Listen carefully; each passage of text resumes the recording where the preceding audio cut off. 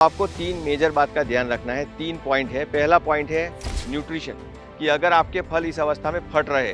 दूसरा जो main point है इस अवस्था में, 3 दिन तक पानी नहीं दिया था, हर रोज 1-1 घंटा दे रहा था, तो तीसरे दिन सीधा 3 घंटा दिया, ऐसा मत करें। तीसरा मेन पॉइंट है करपा, जिसको बोलते हैं 1 हफ्ते 10 दिन के बाद आप पोषक तत्वों का प्रबंधन है वो चेंज करें। अच्छा, नमस्ते किसान भाइयों। आज मैं आई हूँ टोमेटो की खेती में। आप देख सकते हैं यहाँ पे जो खेती है वो अच्छी खासी है। फ्रूटिंग का स्टेज अभी चल रहा है यहाँ पे। एक 2 से 3 दिन बाद इसका अभी हार्वेस्टिंग शुरू हो जाएगा। अगर आपकी खेती इस स्टेज में है तो आपको किन किन चीजों का ध्यान रखना है, इसके बारे में इंफॉर्मेशन देने के लिए हमारे साथ है एग्रोस्टार के agri doctor Tushar Bhatt sir. नमस्कार किसान भाइयों।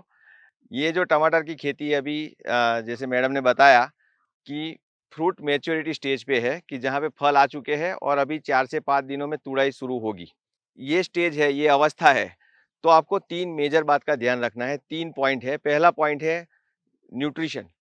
इसमें पोषण व्यवस्थापन आपको करना है थोड़ा सा, कि अगर आपके फल इस अवस्था में फट रहे या तो फट नहीं भी रहे हैं तो थोड़ा सा बोरॉन 1 एकड़ में 500 ग्राम से लेके 1 किलो तक का बोरॉन दे दीजिए। दूसरा आता है उसमें कैल्शियम, जो कैल्शियम नाइट्रेट के स्वरूप में आप दे सकते हो, या तो कैल्शियम लिक्विड के स्वरूप में स्प्रे के माध्यम से भी दे सकते हो, जिसकी वजह से टमाटर का जो क्वालिटी है वो बरकरार रहेगा, चमक बरकरार रहेगी, फटेगा नहीं और आपका जो लॉस है वो नहीं होगा। अच्छा। तीसरा है कलर और क्वालिटी बढ़ाने के लिए आपको पोटाश का उपयोग करना बहुत जरूरी है इस अवस्था में। और ये बगीचा किसान ने बहुत अच्छी तरह से मेंटेन किया है, जहाँ पे कहीं पे भी कोई डेफिशिएंसी नहीं है, कोई रोग भी नहीं है। दूसरा जो मेन पॉइंट है इस अवस्था में, कि जहाँ पे टमाटर ऐसे बड़े साइज में हो रहे हैं, अच्छा।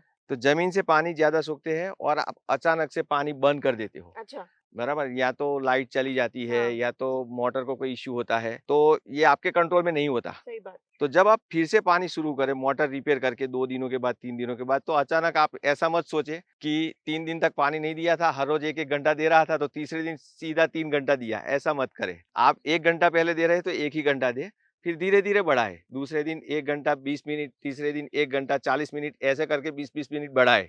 पानी देना जरूरी है, लेकिन अचानक आप झटका नहीं दे सकते, बराबर। तो ऐसा करने से फल फट जाते हैं अचानक ज्यादा पानी देने से, तो ये एक प्रिकॉशन देना जरूरी है। तो ये पानी का हुआ। और तीसरा मेन पॉइंट है, जहाँ पे आप कहीं पे देख सकते हो करपा, जिसको बोलते हैं ब्लाइट, अगेती झुलसा जिसको बोलते हैं, और पीछे थी झुलसा जिसको बोलते हैं, ऐसे रोग आने की संभावना है, क्योंकि पौधा जो है उसका पूरा जो ताकत है वो टमाटर में बसा है।